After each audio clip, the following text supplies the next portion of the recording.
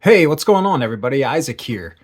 I just had a viewer comment on a short 1 minute knife review I did some time back on the Ka-Bar USMC knife, and he asked me a question. He's looking to buy a knife, and he's asking if he should get the Ka-Bar or the SOG Bowie 2.0. And I was like, huh, interesting question. I've not been asked that before, and I've never asked that of myself either. But I do have both knives. And it was very easy to want to go off and say the Ka-Bar, of course, right off the bat. But then it was like thinking, there's pluses and minuses to a choice of picking one of these two knives. Obvious plus right off the bat without having anything to do with the quality of the knife is Ka-Bar is made in the USA. So that's a big selling point. SOG is made in Taiwan. So let's do a comparison and we'll talk about the pluses and minuses. Now this is solely just going to be right here on the tabletop. No cut tests and toughness comparisons really in this video. Both have leather sheaths, so both have a retention strap. The Ka-Bar up here at the top, and the SOG over the guard. And I like that the strap is on the spine side and not the edge side. That removes any of the slightest chance that the edge could cut this strap when you draw out the knife. Let's talk a little bit more about the sheaths. Ka-Bar, well, they have the USMC logo stamp here, as well as the Ka-Bar logo. They do sell one of these for every branch of the military except the Coast Guard. Coast Guard gets left out. And it's not a bad sheath. A lot of people don't really care for them because they're nothing fancy. But it works. It just flat out works. It's, riveted in, stitched in it. It's fine. Nice, generous belt loop there.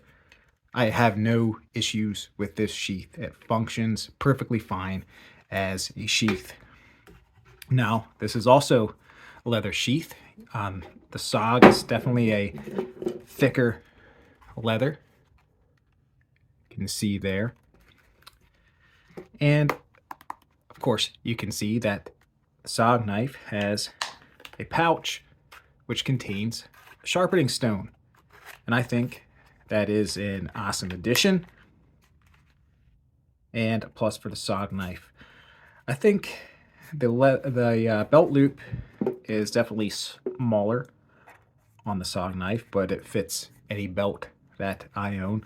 I don't have any like 4-inch wide belts that I would need this generous of space in the Ka-Bar. So if you have a 2-inch wide belt, I think that'll fit in the SOG knife just fine. So let's get the blades out here. One other thing I will mention on the SOG is that these snaps here are plastic and not metal. So durability of that, I don't know. I'm sure it's just fine. It's no difference if it's metal or not, but just throwing it out there that these are plastic. Now this sharpening stone, it's nothing to write home about. I've never actually used it. It's a coarse, more of a coarse stone. Well, it's probably more medium grit. It wouldn't be my first choice, but I mean, this isn't what you're going to use at home to sharpen your knife. Yeah, this is strictly for out in the field if you take this knife hiking or hunting or camping and all that. Get different stones, bigger stones to use at home. I don't think there's really anything else to say about the Sheath, so we'll set these off to the side and talk about the knives. So, first point of comparison is the Ka-Bar is bigger. It's got a bigger handle, and the blade is longer as well. I believe the SOG is 6¼ inches, and the Ka-Bar is a full 7-inch blade. So you can see difference there. Thickness. The SOG over here is much thicker back here than the Ka-Bar. Ka-Bar were, we'll say 5/32 of an inch, like 0.15 inches, and this is a 1/4 inch back here. And then, of course, tapers down.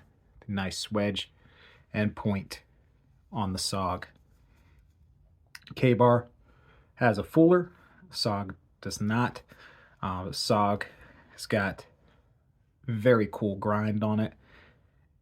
If we are going solely based off looks for this comparison, the SOG Bowie is just a cool looking knife. We got this, you know, this curve up on the top, and then the way it's ground here, and this nice hollow grind. It's just a cool looking knife.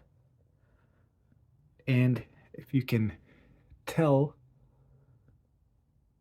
right here, it's like sharpened right there at the tip. And there's your Taiwan name there, and of course the SOG logo. No printed logos on the Ka-Bar. Their logo is stamped in,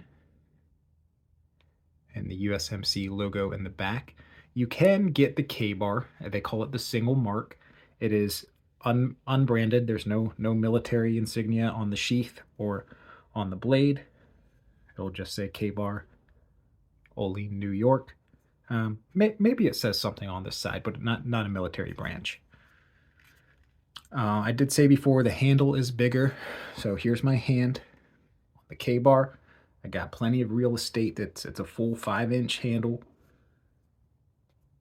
Both obviously leather stacked. Now this one, some people don't like this handle, and I actually did not like it when I first got this out of the box. This one has finger grooves. Let me get close up on there. And at first I thought they were like way too small, but you know, as I held the knife more, it really grew on me. I don't have very big hands, so maybe if somebody has much bigger hands than me, then they wouldn't like that grip. So there's that. If you like to put a lanyard on your knife, then the SOG is the way to go. It's got a lanyard hole right there. You don't get that on the Ka-Bar. So let's talk about steel. Ka-Bar, you got 1095 high carbon steel. 1095 Crovan, Crovan, technically speaking. So I guess a little bit different than regular run-of-the-mill 1095. SOG Bowie has Aus 8 steel, which is stainless. So if you live in a more wet environment, the Ka-Bar will be more likely to rust than the SOG. So if that is a big issue, then, you know, stainless steel is the way to go. So fit and finish, I would say they're both relatively comparable.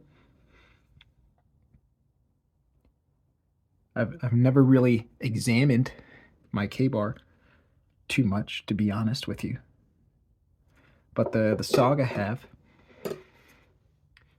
and it's very nice. They'll both be stick tangs. They're neither are full tang. You know, the length of the steel runs through the handle, and neither will be that. No leather stacked knife will be that. They need a narrow tang to stack on a leather wash. That's just the way it is. So the fit and finish here is outstanding on the SOG. They do a great job. There's no gaps where the knife is inserted into the guard, and there's not really any gap or anything like that in the Ka-Bar either. If you look at something else like a Buck 119, you will see a gap. Does that make it a bad knife? Not really, but both have a great edge. You definitely do get more edge on the Ka-Bar, as you know, the blade length is longer overall, and the SOG has this large ricasso area, and the blade doesn't start till almost like a full inch, you know, outside of the guard there. Now you can use that as a finger choil if you do choose to do that, and I think there's enough room to choke up if that's your thing. For me, I prefer not to have that. I would rather have, you know, just a narrow ricasso choil area, and the edge go back as far to give you as much cutting edge as possible. So neither steels are considered a super steel. AUS 8 gets kind of pooped on a lot, but it's an adequate steel that holds its edge for a decent amount of time while being easy to resharpen. And it's meant, both are meant to be, they're made for the military. This came out in World War II, this for Special Forces group in the Vietnam War.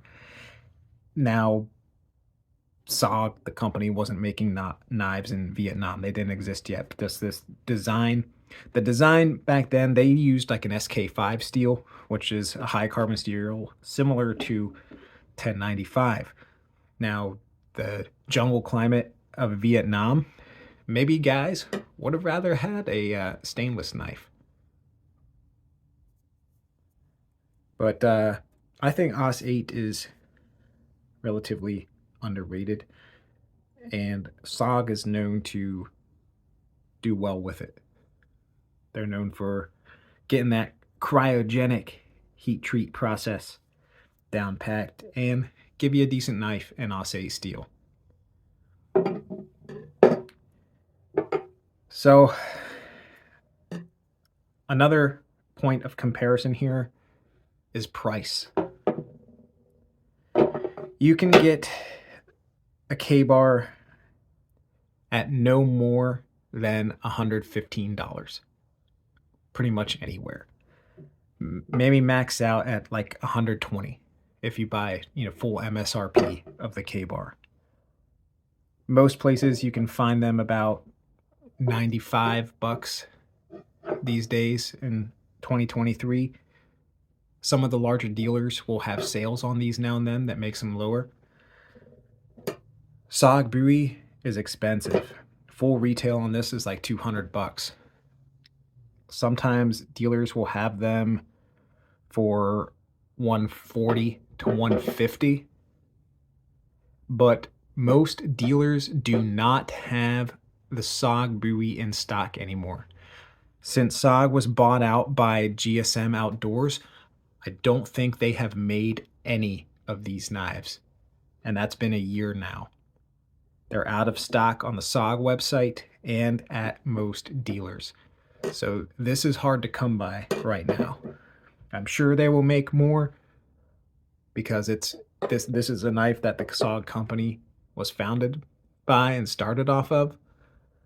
So it would be a shame if, you know, this would be discontinued. But if you need a knife today and you don't want to spend over $100, and you got to get the Ka-Bar. I think if you would do prying and stuff, that the tip would probably last a bit more on the Ka-Bar. This is a very, very fine tip on the SOG Bowie. But I do enjoy both of these knives. I think if I were to choose just one, I think I still would go with the Ka-Bar. But SOG Bowie is not a bad knife at all. Now, if you want a really nice collectible, also, the SOG Bowie is more of a collectible than the Ka-Bar. Ka-Bars are meant to be used. If you want a collectible Ka-Bar, they do make ones with like different prints on them from like different wars, or they have like 120th anniversary editions and all that have nice laser print on them. But I mean, this is a knife that's meant to be used. Can you use this one? Of course you can, but I think this one also looks nicer as a collectible.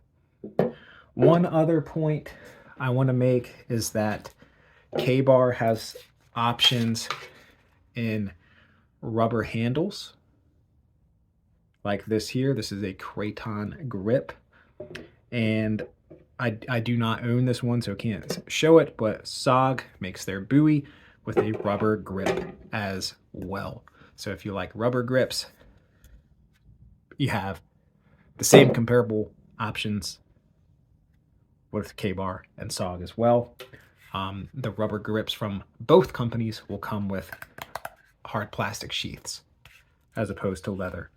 So hope this was a useful side-by-side comparison, and hope you get the right knife for you, my friend.